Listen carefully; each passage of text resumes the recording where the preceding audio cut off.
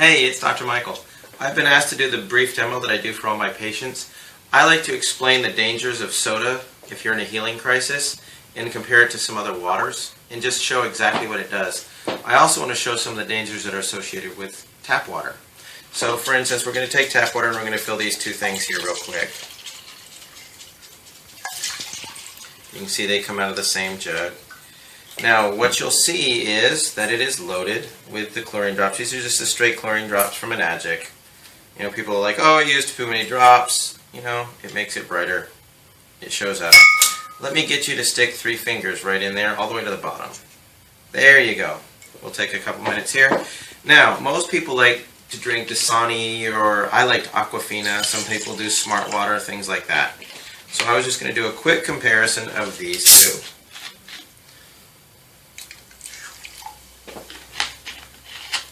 So if we look at how much the acidity level is compared to Enagic's 9.5 water, we will get a comparison.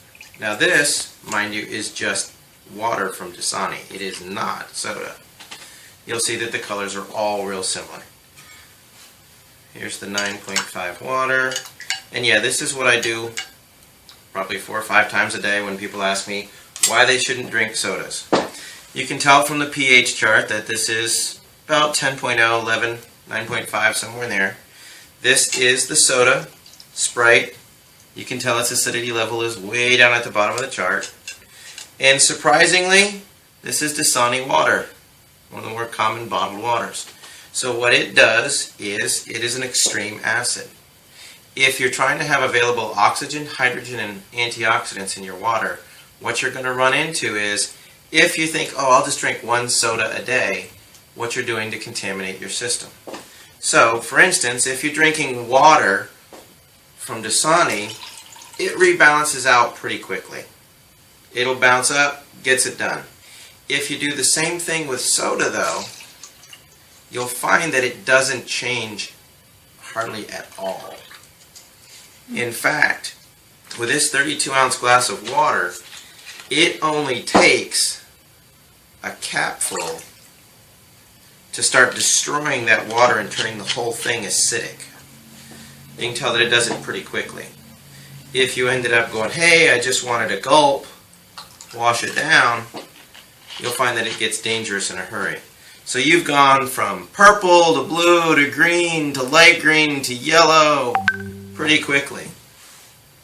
So what that means is you've destroyed the antioxidant properties, the available hydrogen, the available oxygen in the water, and you're damaging your tissues. Again, that's why we try to steer people away from drinking the sodas, especially during their trial time.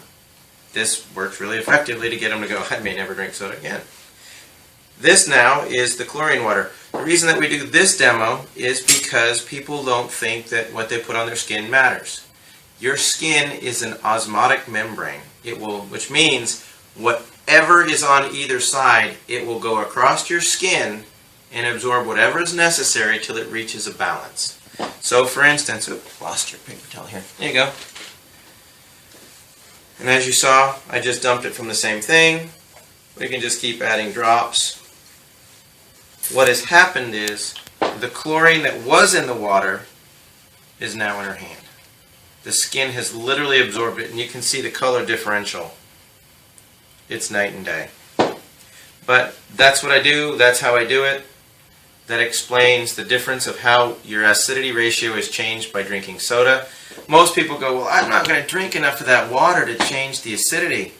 You don't have to. If you add baking soda to this, it'll go right back to alkaline, which is the same as if your body pulls calcium bicarbonate out, and it'll pull that calcium from your bones, and you can get osteoporosis and things like that. So there you go. Again, it's Dr. Michael just trying to explain how acidity and chlorine affects the body.